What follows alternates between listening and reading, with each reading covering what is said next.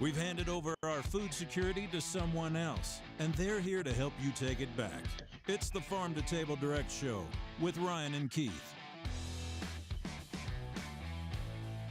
Tonight's topic, we're going to be talking about the raw realities of milk. Yeah, I know we've talked about milk before, but we're going to continue on that topic because there's a couple of points that I really want to drive home about that tonight. Today, we're diving into raw milk's incredible health benefits, the dangers of widespread antibiotics use in animal feed, and how our environment plays a surprising role in shaping our immune system. Anyway, this is Keith with the Farm to Table Direct Show, and over here on the other side of me is my brother Ryan. What's up, everybody? And Dakota's supposed to be in the house with us tonight, but well, he's having some technical difficulties, and we'll see if he shows up. You never know. Anyway, he may surprise us. But anyway, a little bit of housekeeping before we get started, and just want to say hello to a wild huckleberry. Welcome in. And Robbie and Sonia, glad to see you in here. And a little bit of housekeeping. This is a live chat event, and tonight you can be the star of the show. You can make it or break it. You can run it off the rails, or a single comment can make you the star of our entire show tonight. So anyway, if you do have a comment, if it is relevant to the topic that we're talking about, then we just might choose you. Yeah, we just might choose you to become the star of the show. Could be the next contestant. Leave it over wherever that is in your chat over there. It might be down there for you. I don't know where it's at. But anyway, bro, this information comes from a guy named Mark McAfee. Okay. Big news right there. Yep. Right. And we're not going to get into the most recent things that's happened with Mark McAfee. Now you might be saying, well, who is Mark McAfee? Well, he just happens to be the owner of the largest producer of raw milk in the world. Yep, fact. And so, a lot of our information, and it comes from California. Imagine that. And I think we've mentioned that before, right? Of all the places. All right. Hello, Rebecca. And so I'm going to start this off by playing something just to set the tone for this particular show. Okay? And I think our greatest claim to fame is how we produce raw milk safely. That's the big thing. Raw milk has this dark history back in the 1800s where, it was really ugly. People were bringing their cows into town from the farm because people were moving to the cities in the 1800s. They brought their cows, but they didn't have clean water anymore. They didn't have any grass anymore. They didn't have sunshine and clean things. They had filthy conditions. They had no flushing toilets. They had tuberculosis. They had brucellosis. They had typhoid fever. They had no way to chill the milk. They had no way to test the milk. It was filthy, and the cows were unhealthy. And that was the milk that killed 30 to 40% of the people that drank it until it started being pasteurized in 1893. Well, that wasn't really pasteurization. It was called parboiling, but the idea was the same. You cooked the heck out of it, right? Well, at the same year, there was also a guy by the name of Dr. Coit, who established the American Association of Medical Milk Commissions, the AAMMC. And in 1893, you could go two ways. You could go pasteurized, Strauss's concept, bringing the parboiler in, and make filthy milk safe because you killed it all, or you started getting your milk from a dairy that's outside of town, green grass pastures, clean water, and the milk was certified by physicians to be healthy. And that milk was going to the Mayo Clinic to heal people. So raw milk really had a divergent path in the roads in 1893. So when Rodale said it's not organic to produce organic milk and then pasteurize it, I think it really harkens back literally 120 years ago when Coit said, let's have the milk produced in a natural way, have it safe because we clean the process, we chill the milk quickly, all these kinds of things that we do today. And that milk thrived until 1940s. But then industrial processes kind of took over. It was expensive, it was hard to do, and pasteurization was the name of the game in 1945, 1950. So it kind of died off. The last certified milk was Altadena in Los Angeles, and they went out of business in 1999. They sold. And we came into business that year. Wow. So we came into a vacuum where nobody had raw milk in California, and we came in saying, we will serve you. And we had organic principles in play and pastures, and they didn't have that. And we took some of the principles and we made them even better. Now we're using PCR to test every batch. They didn't ever do that. What is PCR? polymerase chain reaction, which is PCR, which is a system to test for pathogens or any bacteria you want it to target. And so you can get your bacteria back, your test back from our lab in Fresno in about 18 to 20 hours. So you milk the cows, you take a sample of the batch into the lab, they email back to you your counts, what's going on, and the pathogen, make sure they're not there, non-detect. And you've got a certificate of analysis to be able to send that milk into your creamery and make all the products, and nobody's ever going to get sick. So really, really cool modern technologies we have married up with the blueprints of life, the blueprints of Mother Nature's fantastic first food of life, which is raw milk. And it's a tremendous gut microbiome rebuilding and feeding food, because that's what raw milk is. It's the first food of life. It's what builds an immune system in babies.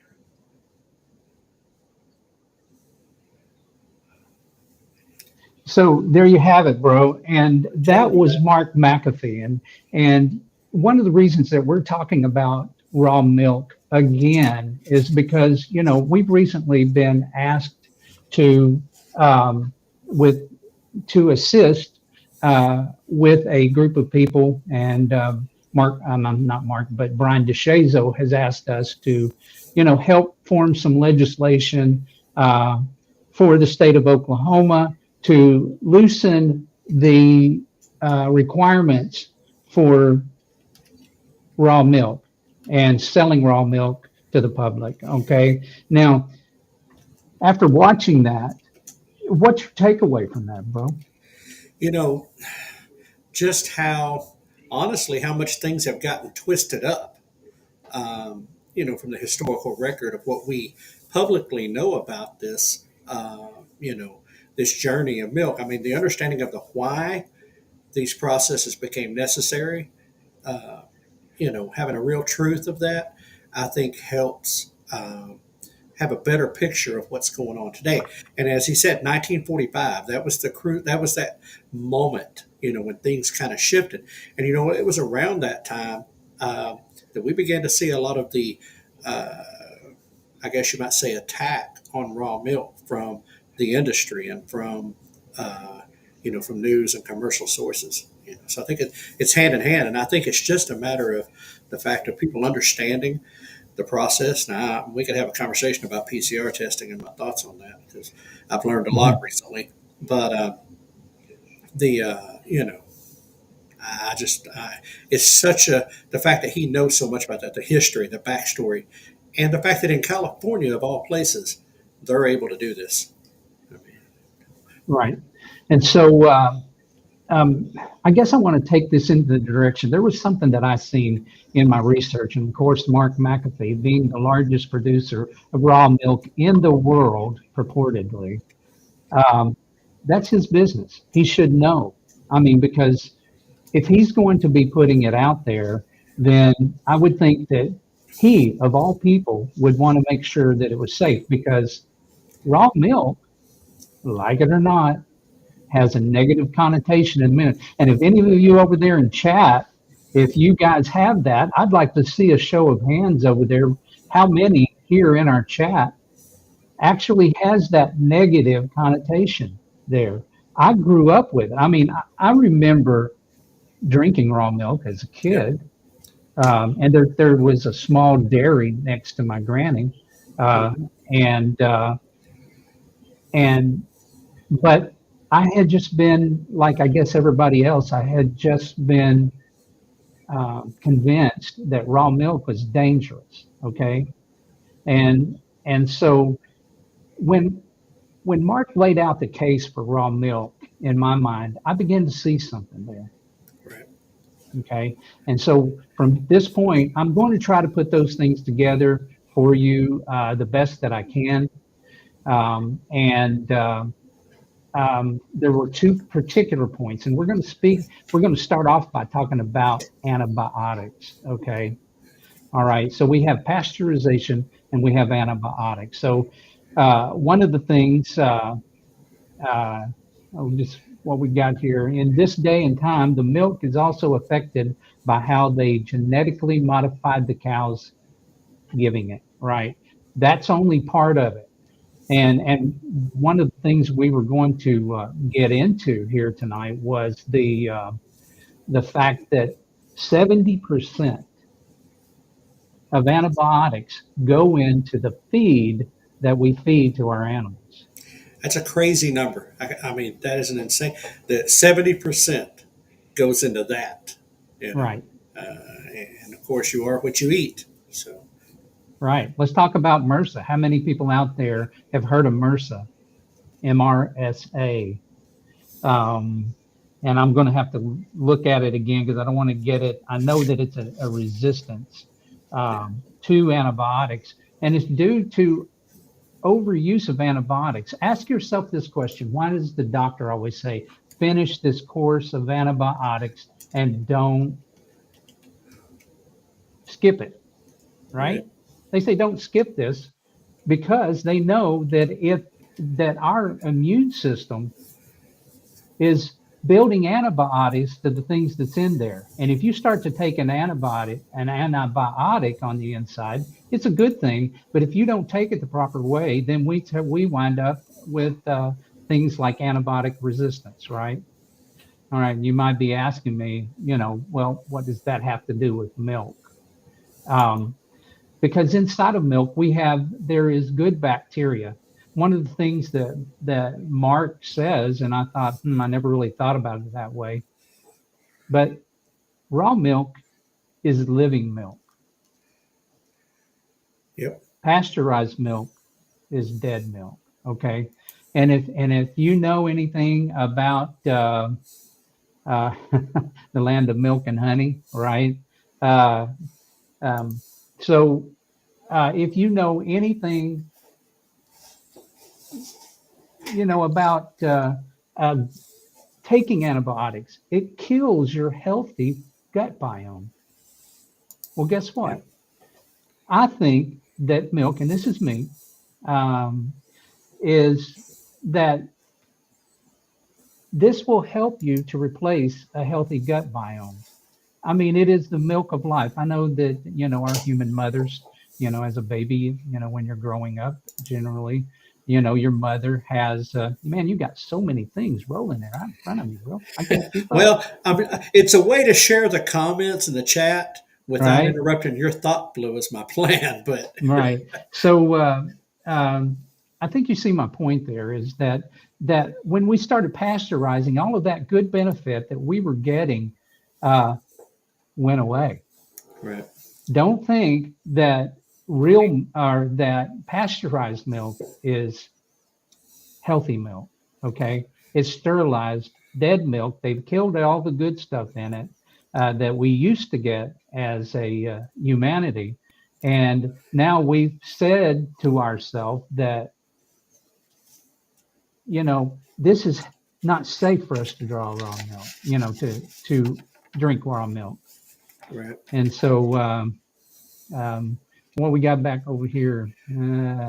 Oh man. So yeah. So exactly the wild huckleberry. This is old pecan saying exactly to wild huckleberry, but they are also antibiotics that have zero resistance, like silver and copper. Right.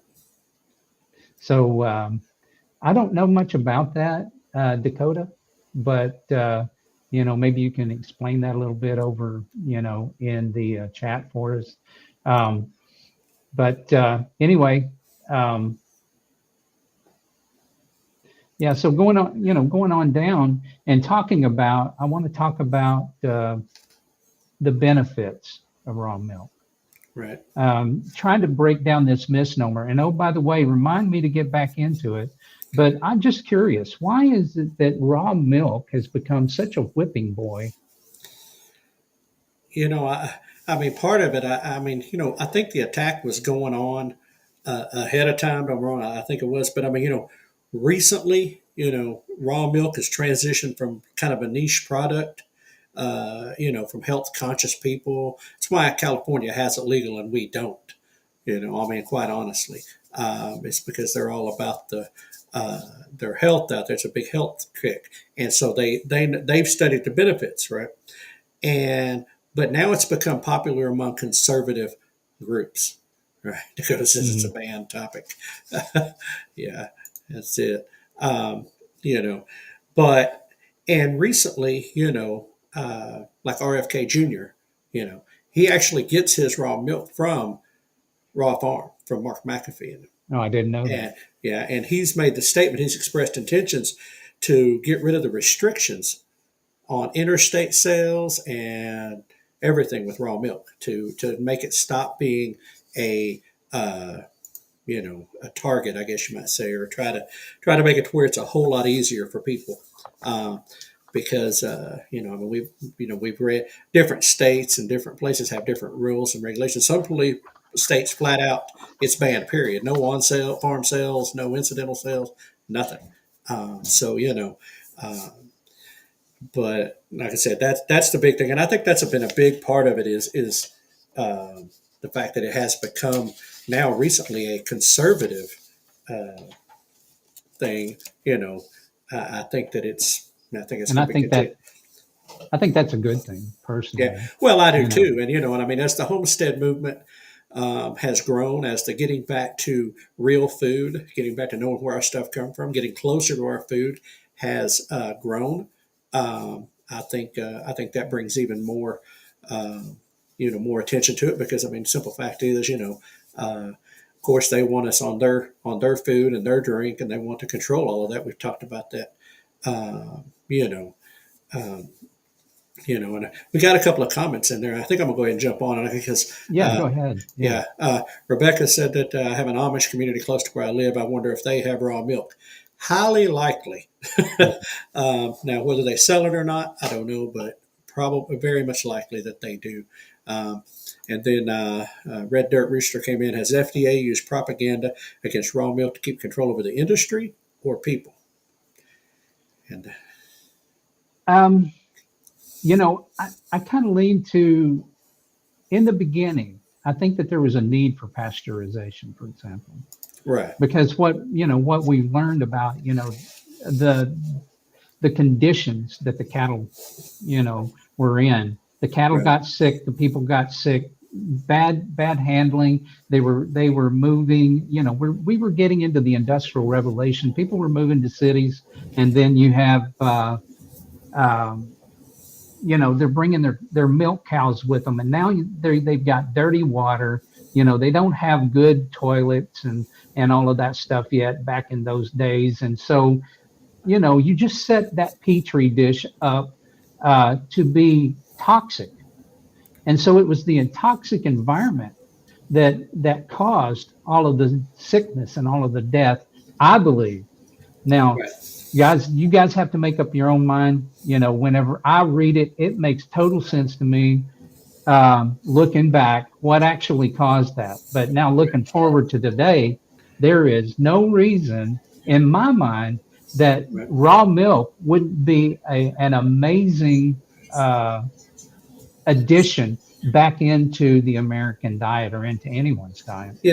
And I would agree with that. I mean, it's I will, I'll step out there, Monty Michelle. Yes, I think they have. We know they've used the propaganda, and I think it was a mix of things. But I think Dakota kind of hits this really hard right here.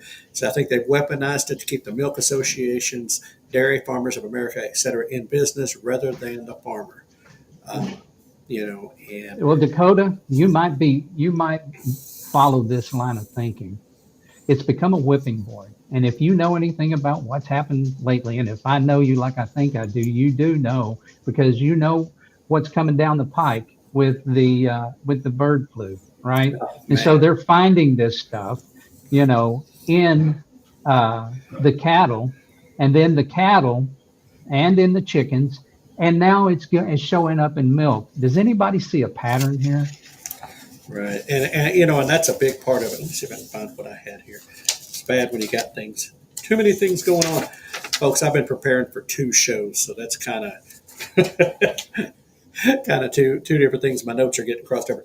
But where I was going with that, bro, is the fact that so much of what is going on, you bring out into bird flu, and of course that's being linked in the media to raw milk, right? Because of dairy cows and that type of stuff. And the biggest thing I picked up on today, right? I talked about this in the headline. We had the first death by bird flu in the U.S. down in Louisiana just the other day. Now, there's a lot of extenuating circumstances as to how he got it, his age, his health, all those things factored. But here was the thing. The strand that he had of the H5N1, there's two different ones, it was one that is in backyard flocks, that kind of thing. The one that's in the cows is a different variant than the one that he died from. But they're not, but that's not what the headline's going to say, right? And they're saying, basically, sick cows have to be isolated, washing hands. A lot of what these infected workers that they've talked about, it's pink eye, it's things like that where they've touched themselves with dirty hands. You know what I'm saying? And it's not really transmitting in the traditional, in airborne, down the lungs, creating a case, or going into the stomach, through consumption of this or that, So they're just not given the full picture, which is not uncommon either. But so I mean, when you got that and you look at how they're linking those two things together, you can see where they're going. But I'm going to talk about this on tomorrow's show in the morning. Is the fact that it's a broken, it's the bureaucracy. It's government overreach. It's the bureaucracy. And our bureaucracies have gotten so big that they serve only to feed themselves. They serve to keep themselves in existence. And so the more regulations and the more regulations and more regulations, the more jobs they have, and, so, I'm going to hit that one out there. Yeah, that doesn't fit their narrative, though. Control, control, control through fear. And, it really does, after you're in this for a little while, I just can't come to any other conclusion. But that now listen, I'm not talking about the lower level regulators who get paid every day to go out and, do the bidding of the higher up. All right. That's not who I'm talking about here. They think that they're probably just doing their job. Now, I do know at least one person who has a similar job that works like that they even doubt the things that they have to do. They have to change their hat when they go home because they have to now focus on something different. Me, I couldn't work in an industry if that was like that. But, and Dakota, I knew that you'd be right on top of this, and you're 100% on that. I didn't really want to go terribly political tonight, but hey, since you went there, we're going. We'll go with you. And then Dakota says, then not only, I didn't get that one. Hang on. Uh-huh. Yeah, then not only did they create it, what I suspect is that they're going to blow it completely out of proportion, just like before. We never really were in great danger. Are we now? No. And in fact, chickens allowed to eat a blade of grass every day. It never gets bird flu. Funny how that is. And interesting, right? Here's a question for thought. Just one of those, You notice all this is going on, right? And the only thing we're hearing about is chickens, cows, and humans. You ain't hearing nothing about quail or pigeons or ducks or eagles or anything else. Chickens, cows, humans. Kind of makes you think, where's the fraud and all that? But, it's, and in that article I was reading about that case in Louisiana, 2 or 3 sentences buried down in there were statements that from the CDC and different people that right now it's not a major concern. But it's buried down in the article behind that bold headline. Right. So they're saying that now, but I think that they're going to slowly ramp up because I can remember back in 2020 whenever they say, they weren't really worried about it, and then suddenly they're worried about it. Right. So right. And Mark McAfee, we brought him up and we're talking a lot about his stuff. He's characterized it as a political issue rather than a food safety concern. And that was kind of the point that I was trying to make. I was just questioning, what is it? It's like, if they can hammer birds, beef, or livestock and milk, man, you've just hit just about every major thing that we survive on, right? I mean, how many products come out of all of that? A lot. Okay. Oh, tons. And, you know, Monty Michelle, I thought the same thing when I read it. That he got that contact from Backyard Chickens. I had the same thing. As, oh, great! Now they're going to be going there. Now, for those of you, if you don't follow Jill Salatin's musings of a lunatic farmer, his blog post, or Beyond Labels, their podcast, I encourage you to do it because they talk about a lot of this stuff. And they were recently talking about the milk and the government's most recent mandate on testing. That now, they were in April, they put out a test that they were just going to test at the processing facilities, the tanks, the big holding tanks. Well, they would find this residue, markers, whatever.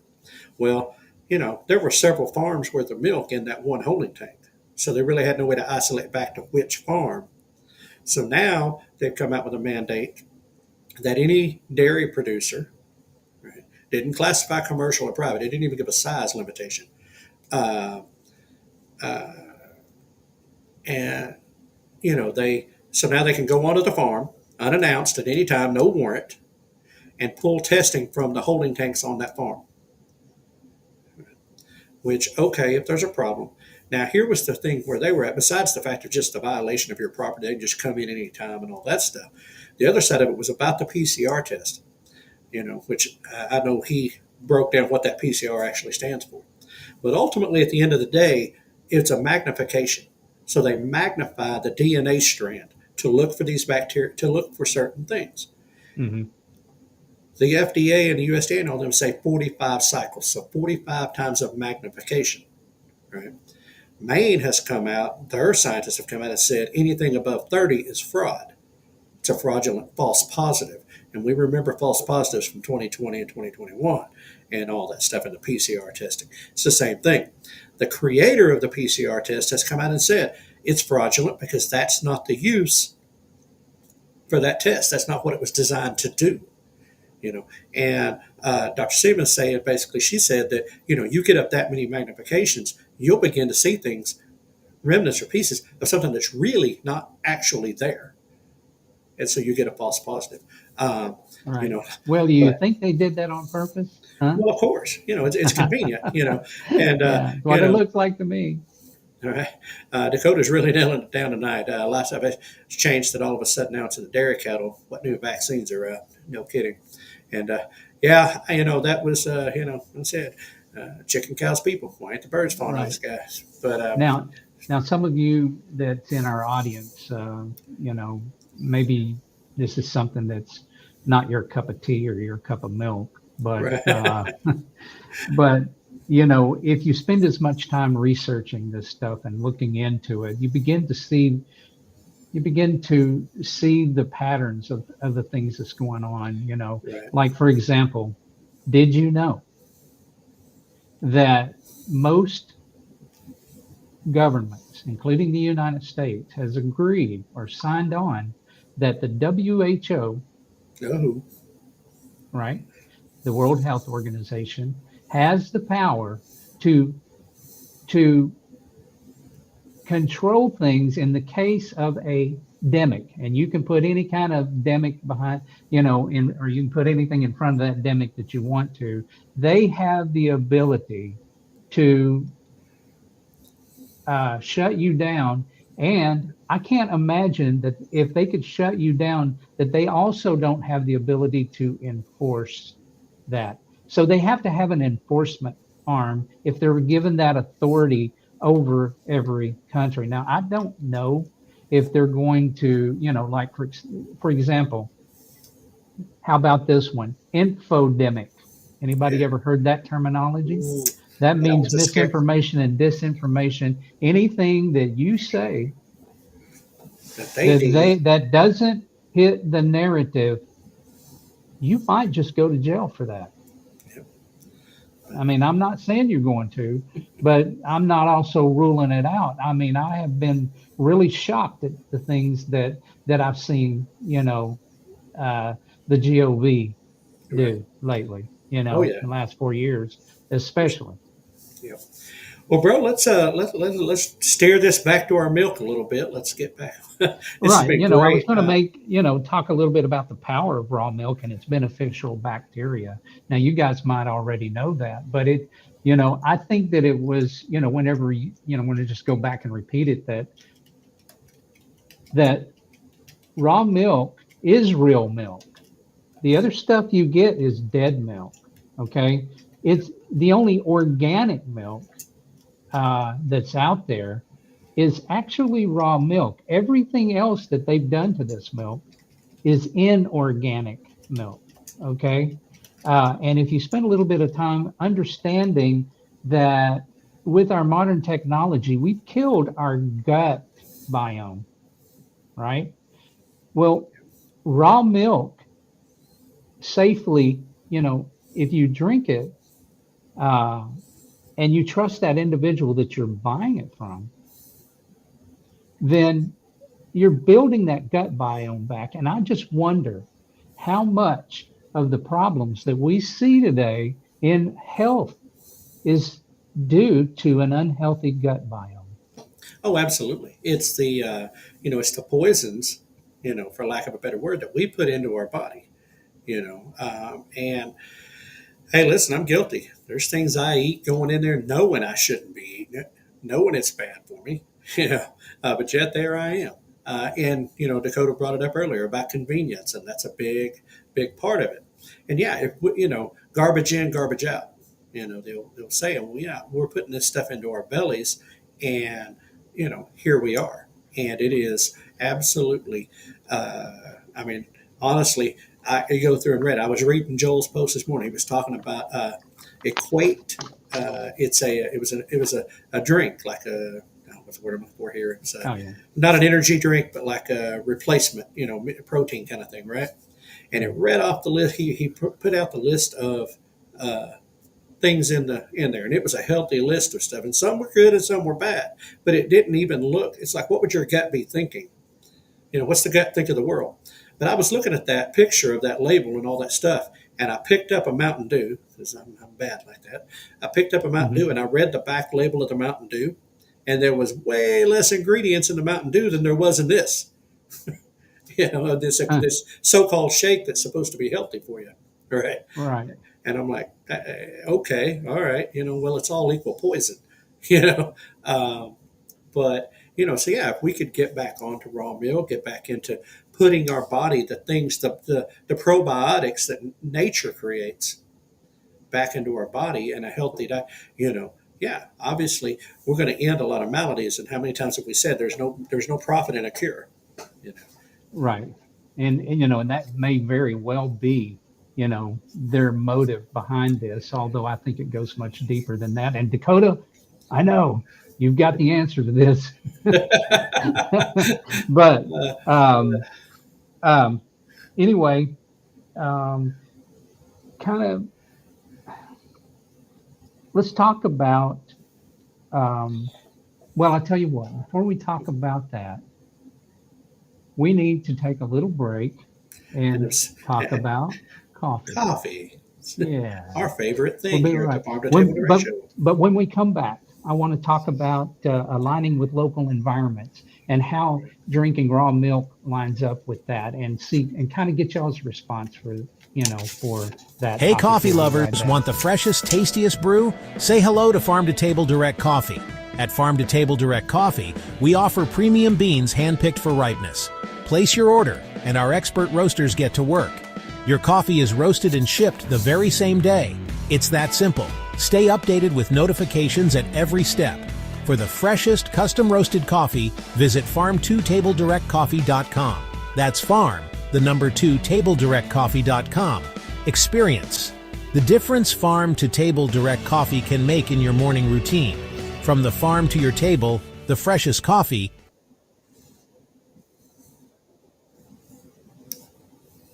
So that's it. You guys pick up your coffee there at farm2tabledirect.coffee.com.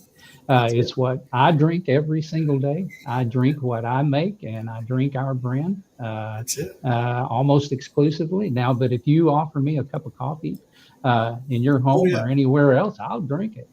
because I like coffee. But anyway, so yeah, just getting back into aligning with the local environments, and now I you want to know, I want to hit this before we go there, just real okay, quick. sure. Dakota had an answer to you. He said, "I'm I know. What? primarily carnivore, but whole foods in general. Stay away from keto.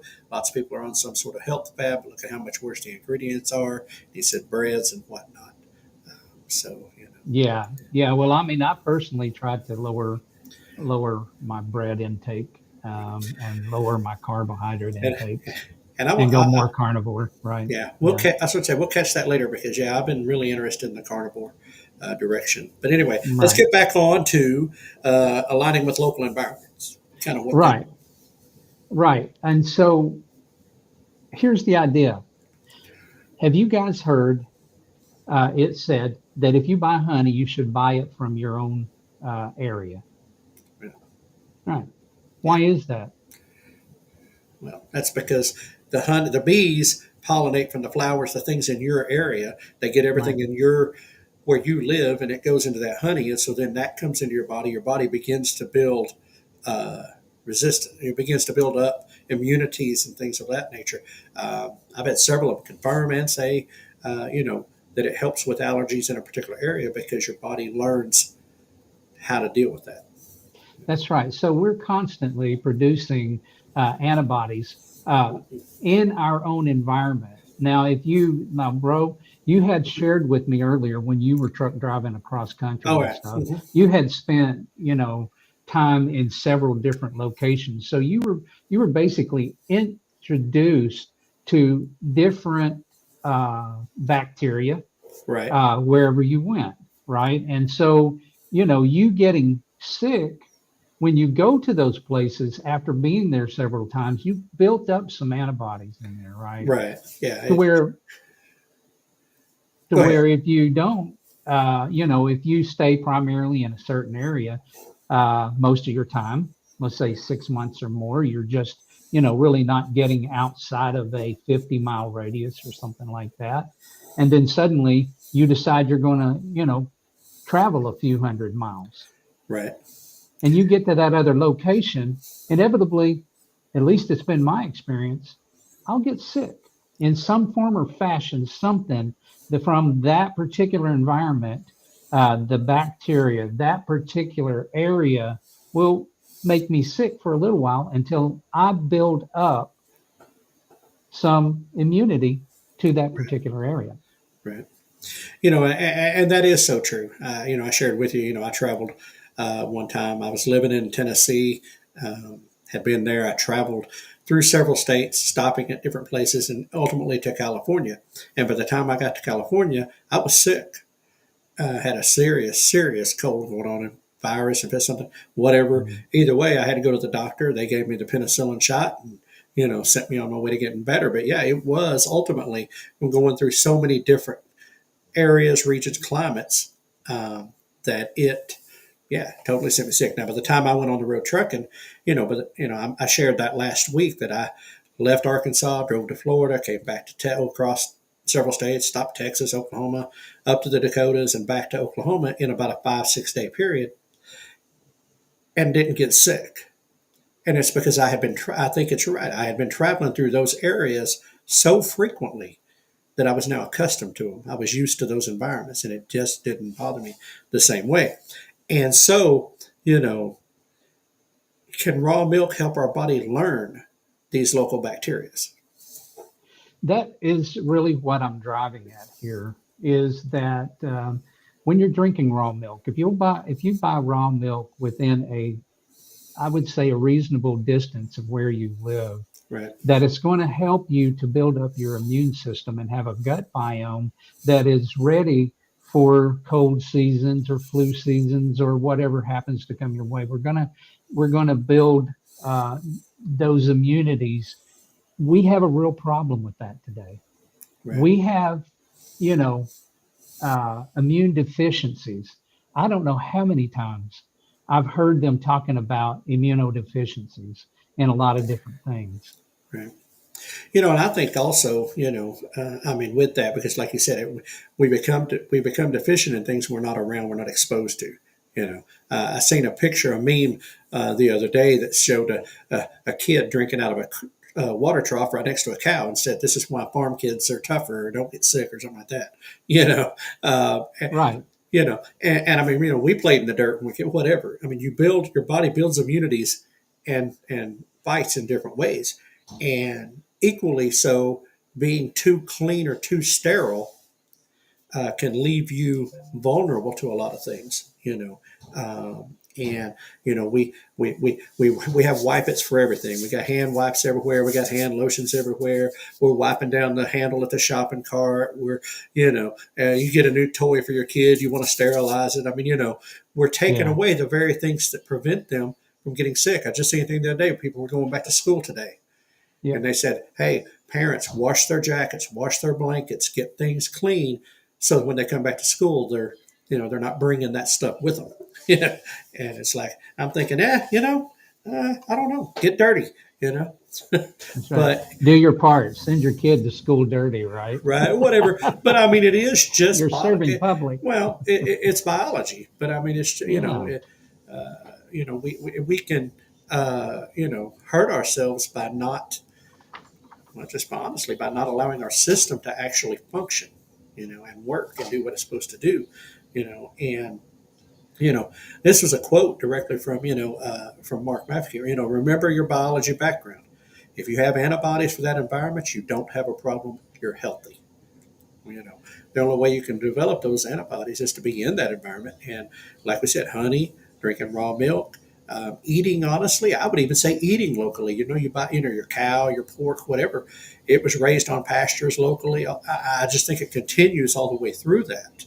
And raw milk, well, I said, we're having this discussion, if you will. I have not drank raw milk either. I have honestly no memory of it. I know I probably did up at Granny's, but I have no memory of it.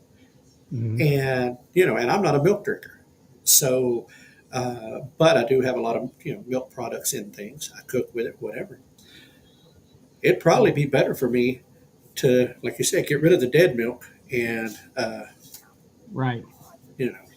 And I would just warn you, though, some people, when they go from not having it to having it suddenly, and their gut biome is not really set up for it, you may suffer a little bit of discomfort. I've heard that in the past until your gut handles it, till your antibodies, also those healthy antibodies, populate inside of your body. Right. So. And Hey, didn't we all? Right. Right. Love playing in the dirt as a kid, but city living is seen as neglect. Killing nature kills us all. What don't they understand? Hey, let me say something else too. How much of our population, especially in our children, are staying indoors? You know what I mean? Who's getting out in the nature where we can come in contact with those things and become more healthy? Getting our hands dirty. Farm kids, homesteader kids, right? Kids that are having a childhood. I watch some of these kids, on some of the channels, and it's like Grow Jack Outdoors. He's living the childhood we grew up with. He's out in the woods. He's out running around in the dirt. He's fishing. He's doing whatever. And it's like, it looks odd to people because their kids are sitting behind a PlayStation or an iPad or, whatever. And, right. That's where we're at, so I mean, it is, and you get sick from pasteurized milk, but not raw. Yeah, let me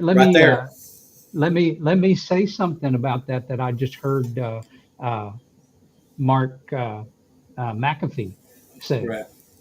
They was talking about how pasteurized milk causes inflation. He said, but raw milk does not. Right. Have you heard that before?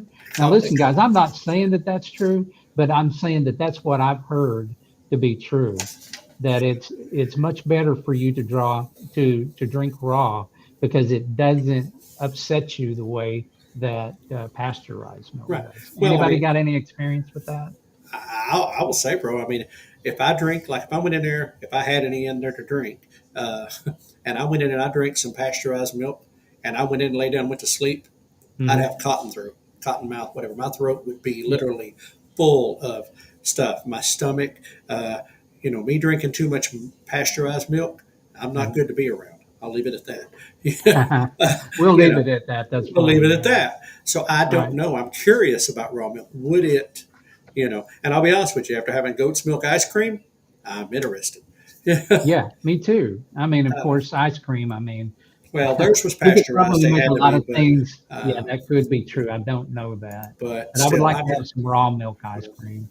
uh, there you go. Food is so processed on the East Coast. I moved to Southwest and I had to detox and flush my system because real food did me in.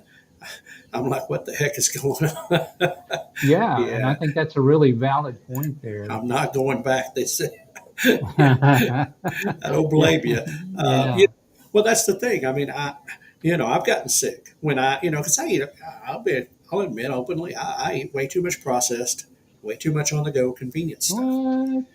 Just being honest, I live a life on the go, and right now I have no kitchen, so it's hard to cook when you don't have a kitchen. All But right. uh, but I know that when I go eat what I call real food, actual cooked real food. Oh yeah, my stomach definitely reacts to it because it's not used to it. And that's Right. shame on me. Shame on me. Let's Uh, talk. Let's talk just a little bit, bro. If I can kind yeah, of pivot back into yeah, about our local environment. hmm Now, Mark McAfee, I'm just kind of loosely quoting him, but he says that the cows, whenever they eat the grass in that area, they're actually being a part of that ecosystem in that right. area. In other words, they're when they eat there, they're how did he put it? Maybe they have bacteria also when their nose touches the ground and all of that kind of stuff, and everything works together in that particular environment. And so if you've got a non-GMO pasture that's out there, um, then and that cow is eating that, then all of that stuff matters. Where your cow gets its grass, the pasture that it's raised on, Yep. and the antibiotics that it receives either in feed or in injections is extremely important. If you just follow that entire cycle, how Yep. much more healthy would it be if you got that part right? I would say that's the way God made it. Wait, what? Yeah. Am I Exactly. allowed to say that, by the way? You know what you did, whether you're allowed to or not. I don't know. We're saying it Right. here on this channel. You're allowed. And the and I know I referenced Joel Salatin a lot. It's because I read a lot of his stuff, and the guy is super super smart about what he's talking about, and that's what he when he does his rotational pasture, regenerative farming, all the things he does. You Right. know, his cows go and they go through a pasture and they graze, right?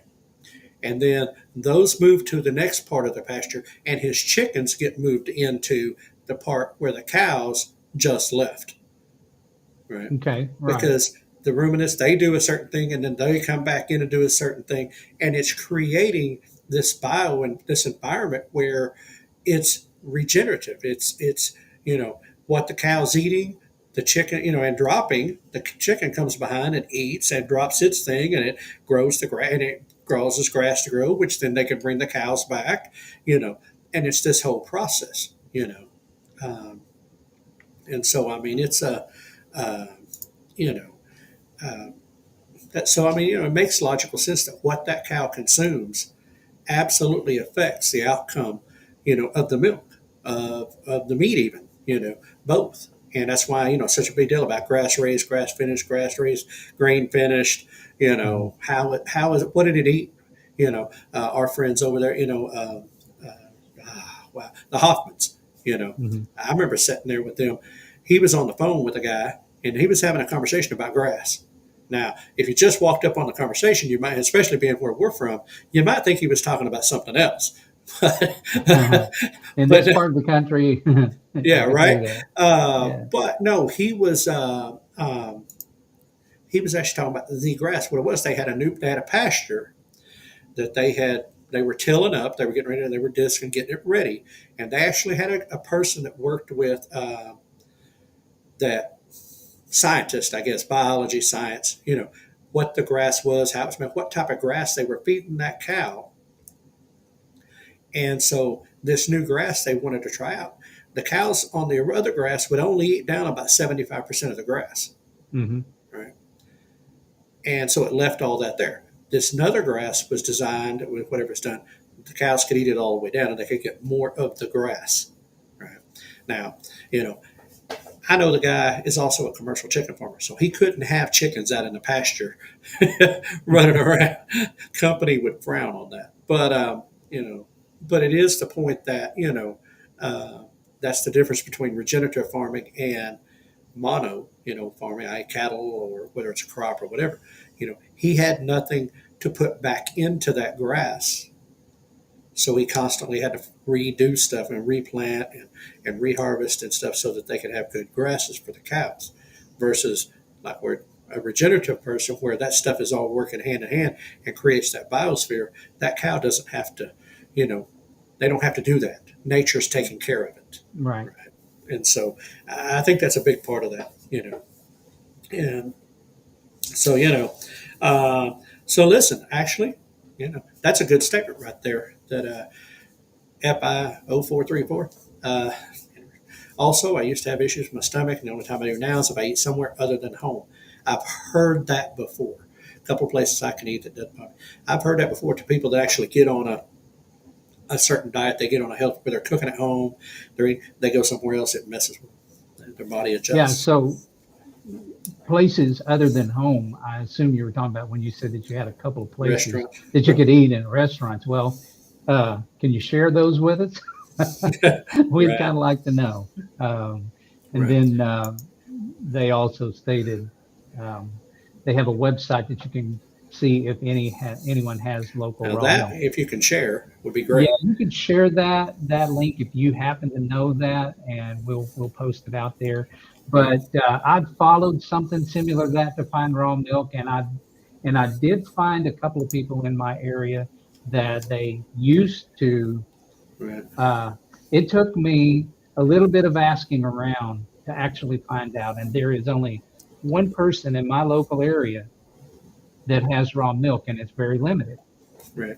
Very limited. Right. Well, our state, which Oklahoma, and that's something that what we're working on with, with the with Brian and stuff is, Oklahoma has a limit on the number of gallons that can be sold raw from the farm. I think it was 100 in Oklahoma. And he said, search for farm to table restaurants. We don't have a restaurant. No, anyway, no, just kidding. No, that's a good, but no, whereas Arkansas, it's 500 gallons. Right. Yeah, and it makes you wonder why the big difference. Why is it that 100 is that limit in Oklahoma? But anyway, that's what we're kind of, we're trying to work on that in the background, along with Brian DeShazo. And hopefully we can get some things done. Arkansas has some legislation out there right now. And so, people are talking about it. And I don't know what you guys think.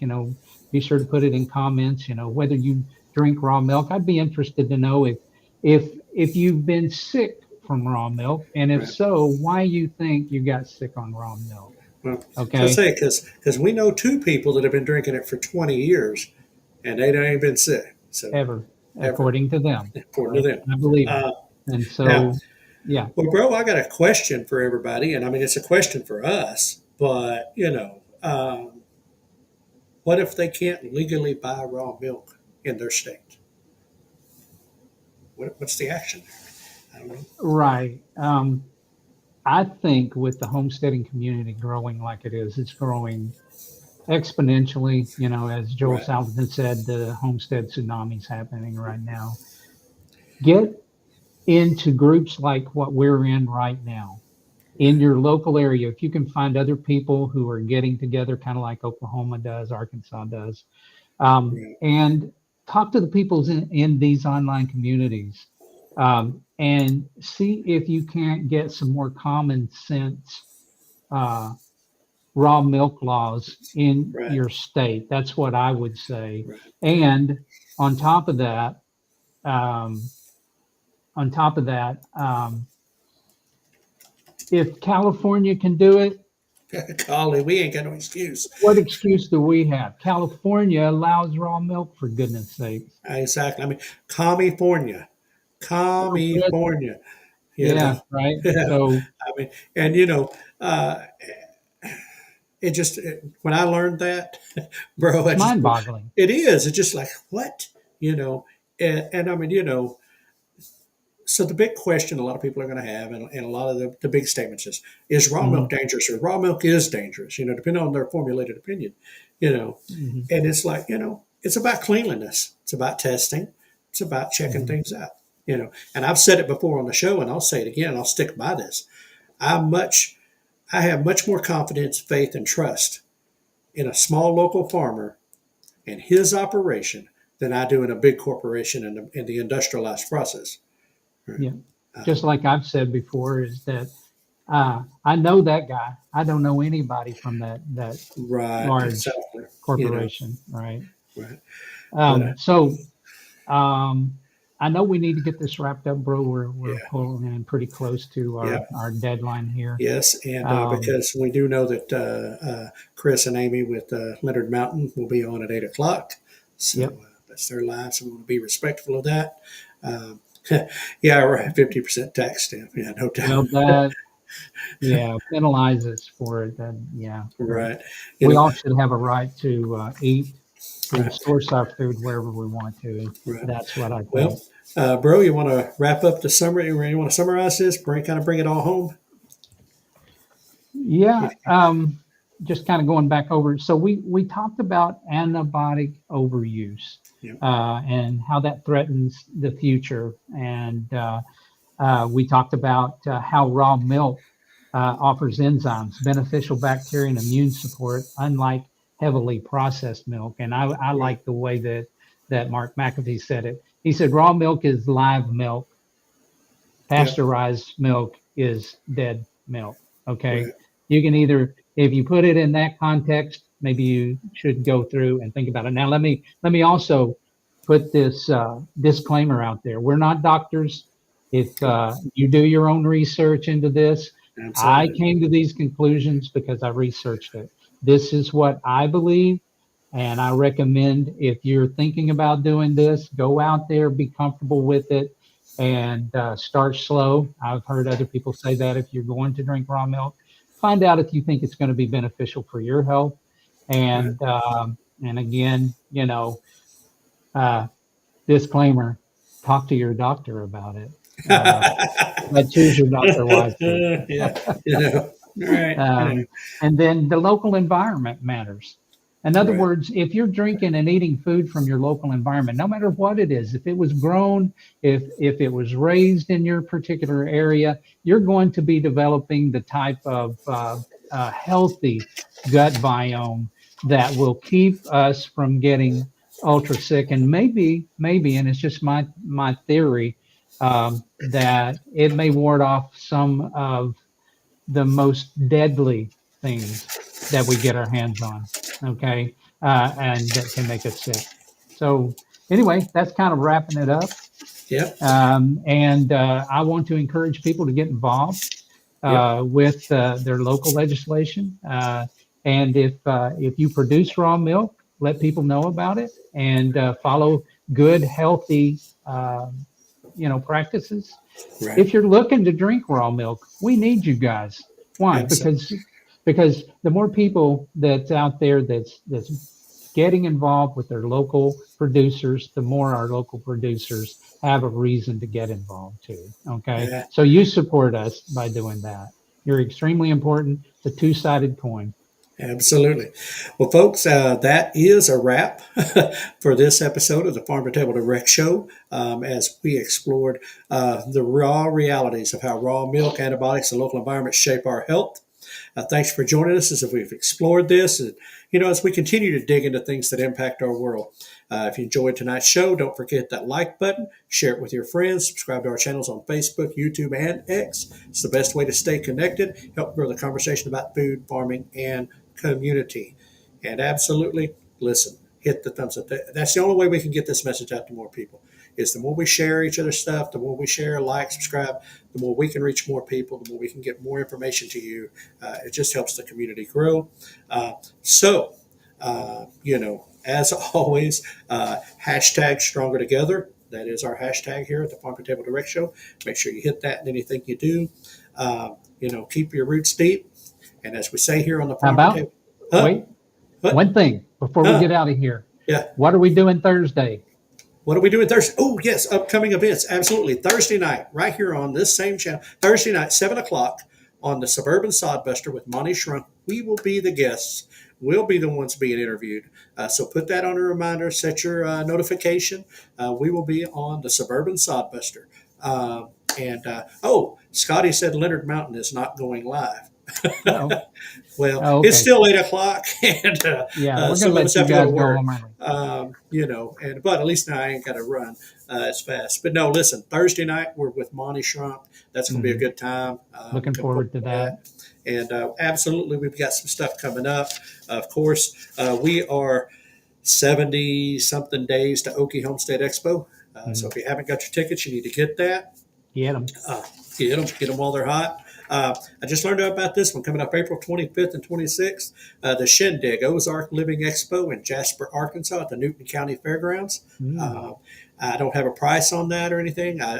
They didn't give one. It just said the dates. And, of course, Homesteaders of America Conference 2025, Front Royal, Virginia. We are going to be there. Tickets are on sale now, $50 for a 2-day pass, but they sell out quick. They sold over 1,000 in the first 48 hours. So, right. This is it's one of those things that is hot ticket. There's a lot of other stuff that's going to be coming up that I will be getting out. We'll getting those on a calendar and getting where we can let you know about them. Anyway, so that's that. Thursday night, 7 o'clock, we will be on the Suburban Sodbuster with Monty Shrunk. And my brother Ryan will see you at, wait a minute. Tomorrow's recorded. It's recorded. Thanks, Robbie. 73 days to Loki Expo. There you go. Thanks, Robbie. And so tomorrow, the Farm to Table Direct Show morning edition at 6 a.m. every morning, Monday through Friday. Good way to start your day. Maybe you're going to work and you're on your way to work. Listen, or maybe you're doing chores and you just want to listen to Ryan in the background. I mean, who don't, right? There you go. No, listen, it's going to be a good one. I'll just go ahead and tease y'all out. Government overreach and bureaucratic failures in agriculture. That's what we're knocking down tomorrow morning, along with some really hot headlines in our reality smackdown. And all I would say is, if you don't want your head to explode, put on a really tight hat. Something, because I've got some headlines that are really going to make it go, what the? Anyway, so yeah, 6 o'clock. Monday through Friday. So anyway, we'll see y'all that are there tomorrow. And we'll see everybody Thursday night at 7 on Suburban Sodbuster. Go check out Monty's channel, the Suburban Sodbuster. It's absolutely worth your time. Thank you, everybody. Ultimate Acres. Let's see where you at. Chris Thompson's in. Pecan. FIO 434. Rebecca. Janae. Scotty with Lone Cross. See if I'm missing anybody. I don't think I am. Of course, Red Dirt Rooster Road. We can't forget them. And of course, ourselves. Anyway, thanks everybody for joining us tonight, for giving your comments, for your chat. Y'all absolutely make this show. Rebecca touched me on. Can't forget Rebecca. And thank you. It helps make the show, helps it make it go, and helps give us stuff to talk about besides what we already have prepared. We just enjoy you all. We love you all. Thank you for being a part of the show. And, bro, let's get this thing out of here. So, as we always say here on the Farm to Table Direct Show, prepare for the unexpected and keep it local. No humans were harmed in the production of this podcast.